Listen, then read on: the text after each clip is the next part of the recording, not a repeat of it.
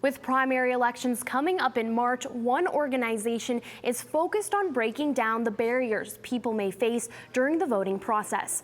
Reporter Andrew Christiansen was at Arizonans for Fair Elections launch event to find out how they hope to make voting more accessible to everyone. Andrew?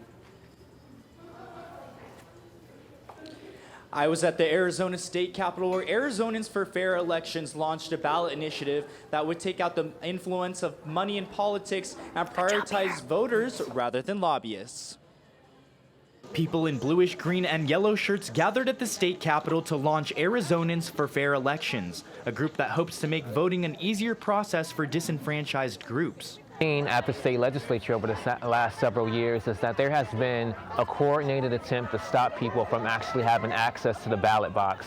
We know here in this state and in this country, fairness to elections has always been at the forefront of democracy. But for some, voting has been a part of tradition. They feel it is a right that is not accessible to everyone. It's taught to me from a very young age that I have to be involved because our ancestors died and bled for my ability to be able to cast my vote because I'm an eligible voter in the United States of America. The group claims that many in rural areas don't have access to internet or transportation in order to register to vote or make it to the polls.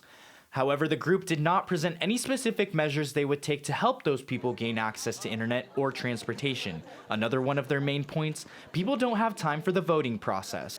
My families and many Arizona families who work minimum wage jobs don't have the time to register to vote, or this task is seen as a very difficult and tedious thing because it's not a priority. Arizonans for Fair Elections' first order of business, introducing a ballot measure that would ban politicians from receiving gifts from special interest groups or individuals.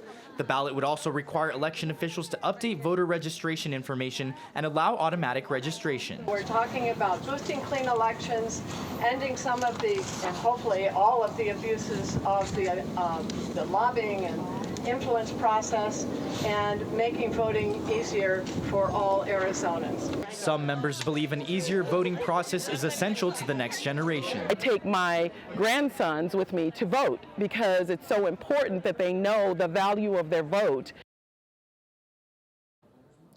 The proposed ballot initiative needs over 200,000 signatures by July 2nd to make it onto the ballot. In the First Amendment Forum, Andrew Christiansen, Cronkite News.